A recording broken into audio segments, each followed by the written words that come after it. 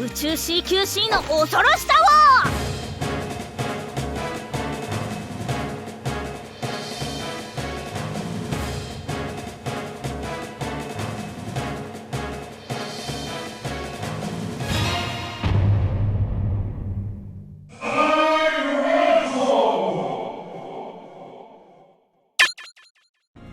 Welcome to the Weekly Dairantou.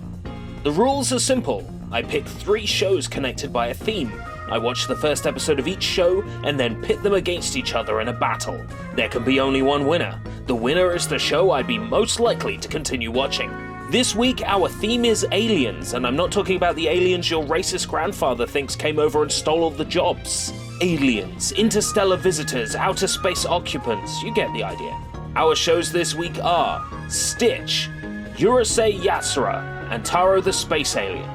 As with last week, I've tried to pick 3 shows that appear to have a different style and tone, but we won't really know until we start watching, so without further ado... Wait, what's that? Taro the Space Alien isn't available to watch anywhere on the internet? Failure. And there has never been a DVD release? Failure. And an English dub was supposedly finished but never made available? Failure. Better find a substitute show. Okay, looks like our third show is Hayore Nyaruko-san. Get ready for the next battle. Stitch. I was surprised to find that not only do 3 seasons of a Japanese Lilo and Stitch anime exist, the first season was also dubbed in English and aired on the Disney Channel. I could only find the show to watch in English dub, but admittedly I didn't try hard to search out subtitles for the Japanese version. Does this really count as anime though? Also, I wasn't aware that this got an English dub either. Does this count? Can I get away with covering this on ReelAsia? Stitch begins with the titular alien chased by some kind of space police. Stitch is on a rampage because the girl from the movies, Lilo, now has a boyfriend and doesn't pay attention to Stitch anymore. I'd feel dejected too if I was a blue space alien and my best friend snubbed me for some other guy. Motherfucker! I'm starting to regret my life choices. The chase culminates in Stitch and antagonist Jumper getting dragged into a black hole. At least, I think he's the antagonist. Oh, this big black hole could suck us into anime world! Meet cute anime girl! Oh no, we have been teleported to hentai universe! Black hole leads Stitch back to Earth, where we meet new girl Yuna Kamihara. Her daddy is out of town doing something fairly important, but we're not told what it is. He's probably a soldier. She lives with her grandma, and has aspirations to become a karate champion. She inherited her grandfather's dojo, and every once in a while helps train the Alaskan Scouts. Stitch wakes up, gets hungry, and begins to consume everything both living and dead.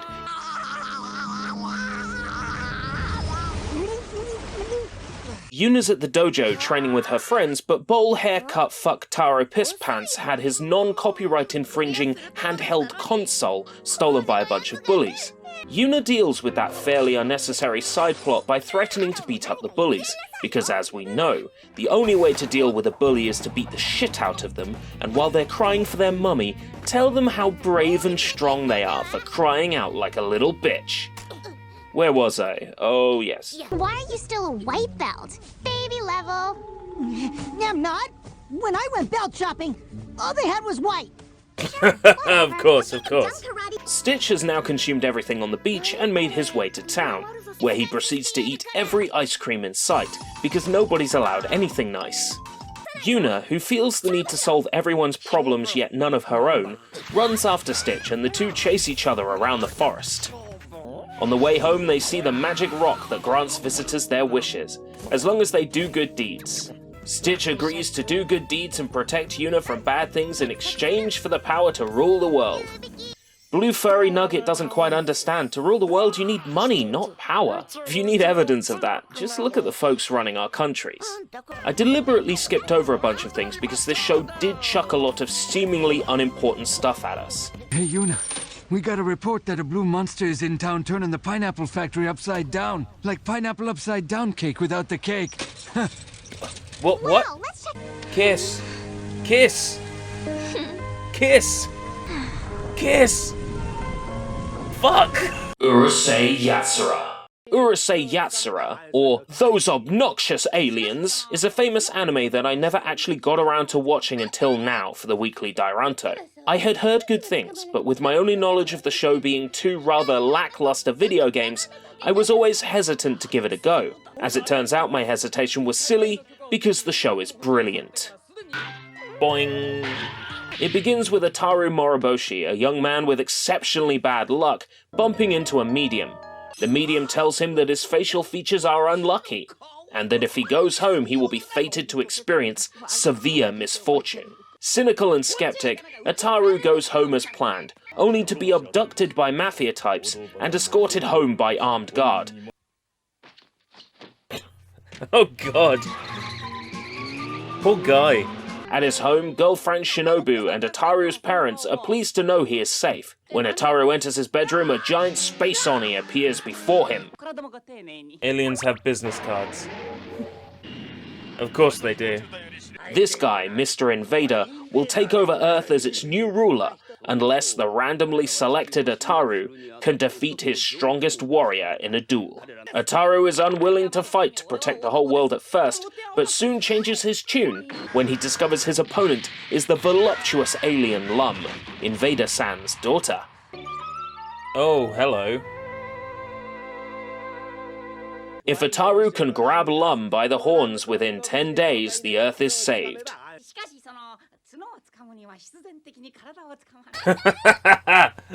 Ataru attempts to catch Lum several times, each ending in failure. Before the last day, Shinobu proposes to Ataru. This drives Ataru to defeat Lum.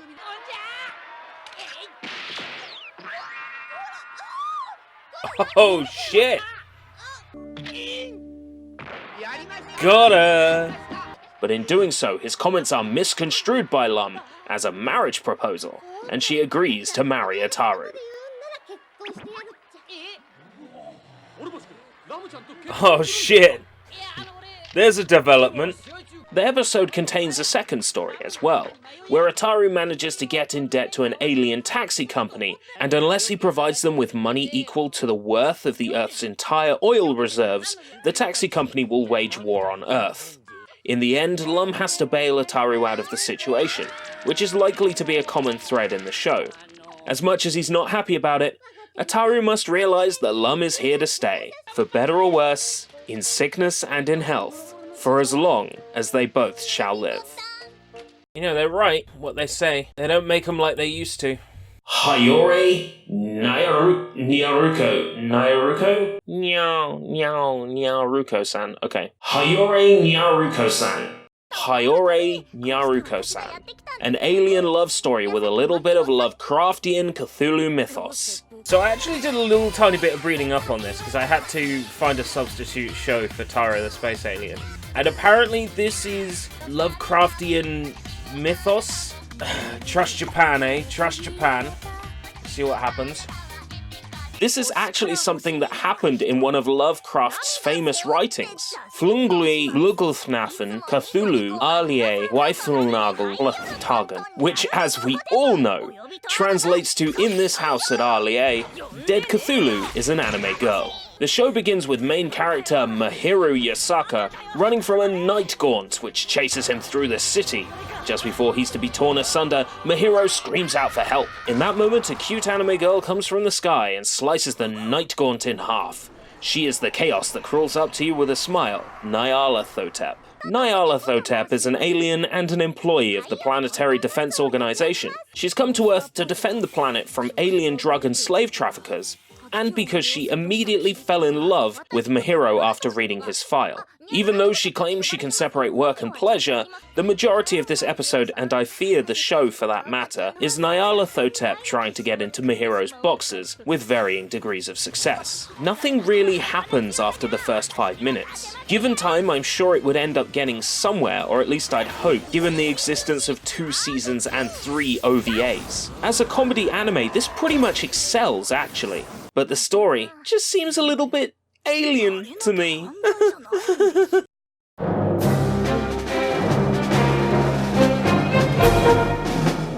Battle Royale! 3 many shows about aliens, but only one interplanetary explorer can win, so let's get down to it. I think off the bat, Stitch is, how nicely can I put this, just a little bit too childish for me. This is coming from the guy who pretty much exclusively watches Pop on Freeview and basically no other channels. I think Stitch has some really good use of color, some lovely animation, and it really has that Disney feel, which is pretty hard to emulate. But if someone told me that Stitch was a cartoon and wasn't of Japanese origin, I would absolutely believe them. Besides the character names being Japanese, there's nothing that screams anime here. I honestly thought it was Stitch's original voice actor reprising the role, but no, it's an impressive sound-alike in the form of Benjamin Diskin. Not bad for one of the kids in Kindergarten Cop. It's true, look it up. From what I gather based on the sources I've read, the English dub of Stitch flopped tremendously. I can see why. It feels like any other Disney Channel animated show, and I'm sure a lot of the viewers were probably sad to see Lilo snubbed for a new main character. Given the right circumstances, Stitch might be a rather enjoyable show to watch. I'm just not sure what those circumstances would be. Urusei Yatsura is every bit as awesome as I've been led to believe. The comedy is astonishingly good, the fan service is on point, and Lum is a constant tease all of the time. Urusei Yatsura is extremely confident of what it is out of the gate. A funny and sexy show that knows its audience remarkably well. There's something about retro hand-drawn anime that is just immensely enjoyable to watch, especially when it's blown up to Blu-ray from the original version with the 4:3 ratio left intact. There's just a certain joy to be had with retro anime, especially when it's properly preserved like this. It's an important part of Japan's entertainment industry's history, and when looked after, it can be enjoyed by many generations to come. Our substitute show, Hayore Nyaruko-san, is an oddball of a show. The animation is pretty good, the voiceover is great, and most importantly, the humor is on the same level as a really funny show like Gintama or Psyche K. But unlike those shows, and to Nyaruko-san's detriment, this show doesn't have a good story or brilliant characters to back it up. At least based on my experiences from the first episode. The way I look at Nyaruko-san is the same way I look at shows like Goku Dolls or Panny Pony Dash. You don't get anything out of these shows by watching them back to back in a binge sesh. I think Nyaruko, like those two shows, is better served as punctuation of your anime sesh. Maybe one episode after a big binge of something else just to clean your palate. It's not the kind of show you'd want to finish and then re-watch, at least that's how it appears, but rather a one-and-done comedy show you slot in when you have a free half hour at work or something. Okay, I think I'm ready to give my verdict. This game's winner is Urusei Yatsura. This was a tough pick. I certainly think that Hayore Nyaruko-san would make for a far more entertaining watch, but as someone with a passing interest in vintage anime and the shows long forgotten, something as ancient as Urusei Yatsura with an old-fashioned sense of humor will satiate me far longer than a modern fan service show like Nyaruko-san. I recently finished Space Adventure Cobra, and this series will fit the vintage anime-shaped void in my show rotation quite nicely. I'd probably end up continuing all three of the shows featured today. Yes, even Stitch, if I can find it in the original Japanese. But Urusei Yatsura is definitely my pick for the best. It went above and beyond expectation the whole time. Family should be executed. Look at them, they're struggling so hard! Oh, it's hilarious! I love this punchline! I never should have had him.